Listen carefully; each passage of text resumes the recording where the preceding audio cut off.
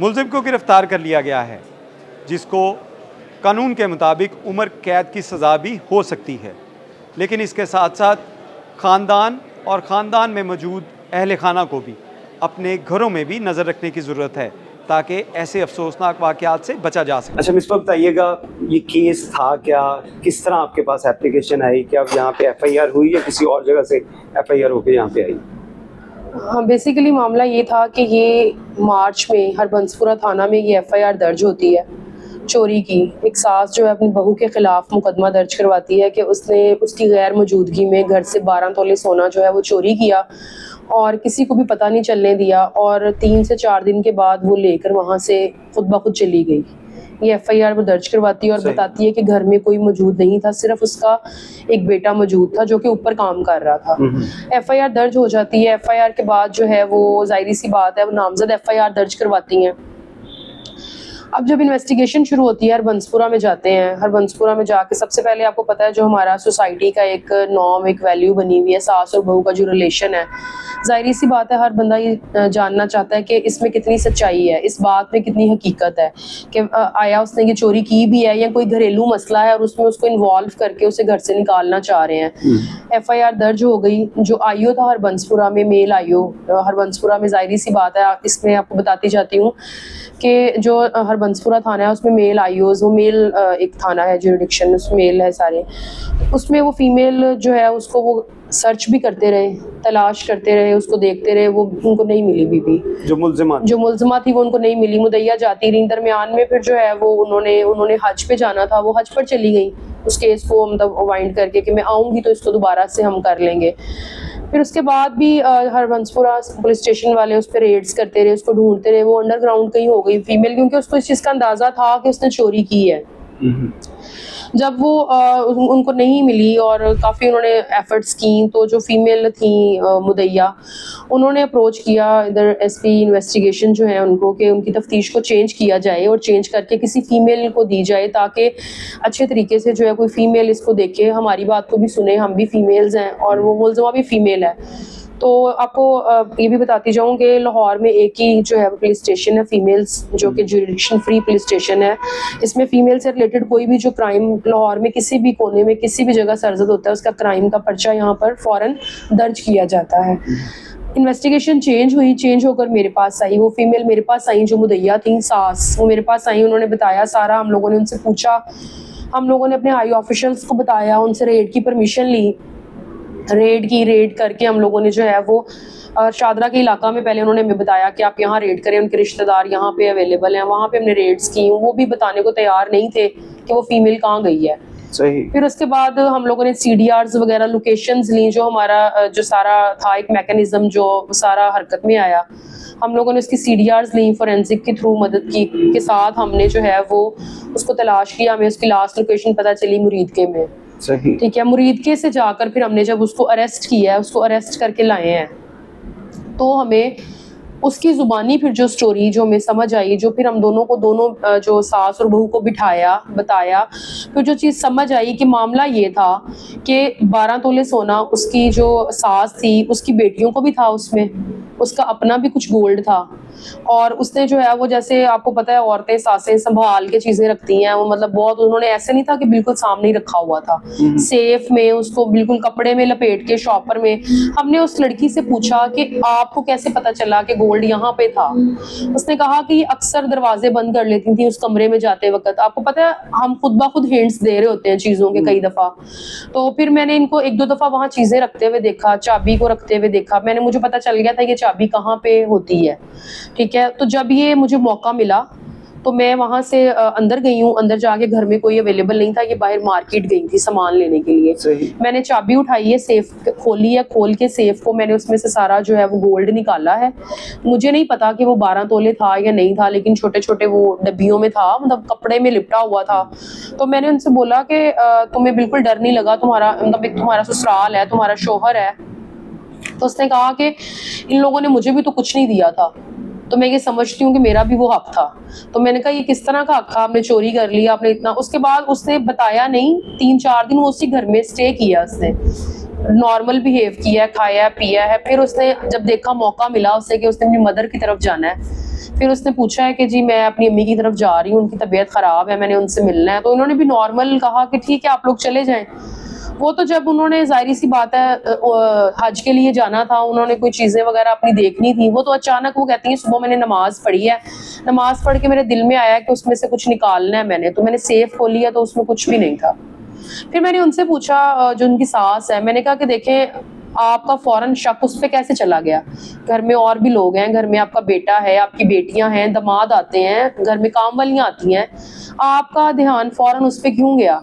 तो उन्होंने कहा कि मेरे लिए तो सब चोर थे, इनिशियली मेरे लिए सब चोर थे, मैंने सबसे ही बात की थी और मैंने सबसे अपने अपने तरीके से पूछा है, लेकिन इससे जब बात की है ना तो इसका बिहेव बड़ा अजीब था कि आप मुझे चोर समझ रहे हैं, मैं यूं कर दूंगी, मैं वो कर दूंगी। फिर ये वहां से जब गई है, उसके वेरी नेक्स्ट डे इसने एक एप्लीकेशन लिखी है रेप की, जेठ के खिलाफ। अच्छा। कि मैं जो है मेरा जेठ मेरे साथ ज्यादती करने की कोशिश कर रहा था, जो कि मैं घर छोड़ के आ गई हूँ। तो ये थाना हरबंसपुरा भी गई हैं, लेकिन वहाँ पे मुअज़्ज़िज़ीन बीच में चले गए, कुछ जो उनके अपने रिलेटिव्स थे, कुछ उसके रिलेटिव्स थे, उन्होंने जाकर बात को संभाला कि आपके साथ वाकई रेप हुआ है, कोशिश हुई है, क्या माजरा है। फिर वो उस चीज़ से उसके शौहर ने जब उससे पूछा है कि भाई तुम्हारे साथ मेरे भाई ने इस तरह कुछ किया है, फिर उसने आहिस्ता आहिस्ता इस चीज़ को एग्री किया कि नहीं ऐसा कुछ नहीं था, लेकिन मुझ पर आप चोरी का इल्ज़ाम क्यों लगा रहे हैं। उसके बाद वो अपनी वालदा के पास ही रही है, इधर नहीं आई।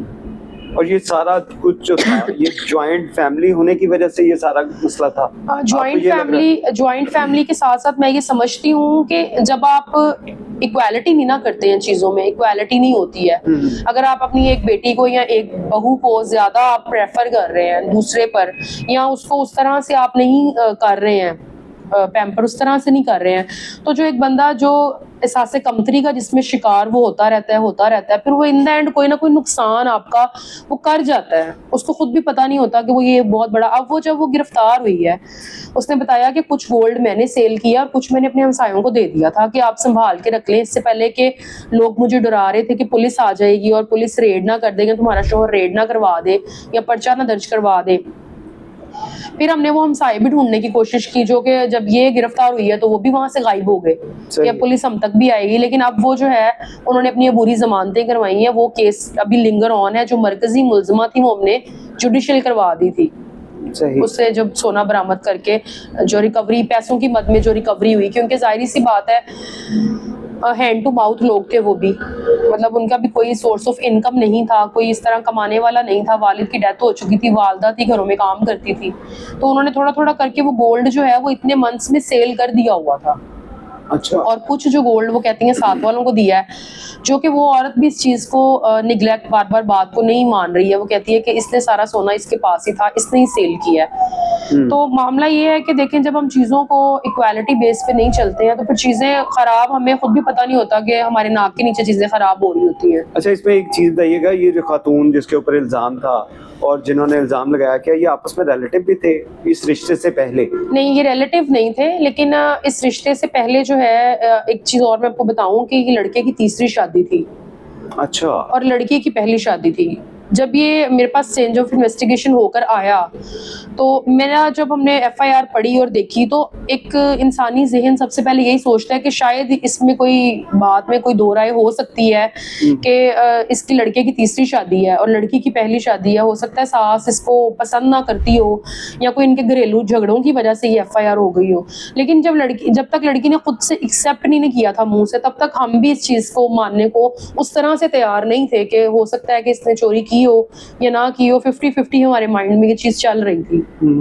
और ये रिलेटिव नहीं थे, इनके फादर जो हैं जब जिंदा थे तब कोई इनकी रिश्ते की आपस में बात हुई थी, लेकिन जब इनका कोई बैकग्राउंड वगैरह इसकी वालदा ने चेक किया तो ये रिश्ता खत्म हो चुका हुआ था। लेकिन लड़का खुद से फिर इसकी शादी करके अपने घर ले आया और इन्होंने एक्सेप्ट कर लिया, इस तरह से कोई इन्होंने मुझे बताया और था। उसकी जो पहले वाली 2 बीवियां थी, क्या वो भी उसी के साथ? इनमें से नहीं, वो एक को डिवोर्स इन्होंने दे दिया था और दूसरे को ये कह रहे थे वो पागल थी शायद।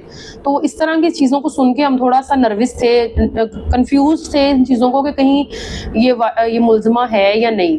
लेकिन जब उसने खुद एक्सेप्ट किया कि हाँ मैंने इनका गोल्ड उठाया है, मैंने चोरी की है और हमें रिकवरी करवाई, तो हमें इस चीज का मतलब तसल्ली होगी कि हमने एक सही बंदे को जुडिशियल चलान कर रहे हैं। इस हवाले से बताइएगा कि इस केस के अंदर जो मुलजमा है उसको कितनी सजा जो है कानून के मुताबिक हो सकती है?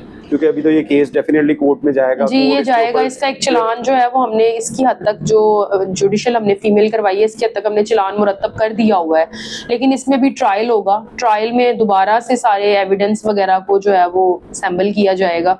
उसमें फिर अकॉर्डिंग टू जो है लॉ जो भी इसकी सजा बनती होगी, चोरी की फीमेल है उसको मद्देनजर रखते हुए जो भी बेस्ट उसकी सजा होगी वो कानून जो है अदालत की तरफ से उसको दी जाएगी। अब इसके घर वाले जो सेटिस्फाई हैं, जिनकी रिकवरी हुई, जिनकी सारी चीजें, जी घर वाले, और इसके रिश्ते का क्या बना? अब वो खातून तो उसकी जो थी वो बेगम तो थी, उसकी तीसरी वाइफ थी उसकी, अब क्या वो उसको साथ रखना चाहते हैं? बेसिकली जो लड़का था वो दोनों साइड्स पर ही चल रहा था। जहां हमें जो चीज़ समझ आई वो अपनी बीवी को भी रखना चाह रहा था, वालदा की रिकवरी भी करवाना चाह रहा था। उसने अपने तौर पर इससे जाकर भी कहा कि अगर आपके पास गोल्ड है तो आप वापस कर दो, क्योंकि मेरी बात सुने तीसरी शादी के बाद अब उसने क्या चौथी शादी भी करनी थी। तो उसने सोचा कि ये जो है इस घर भी बचा लेता हूँ अपना।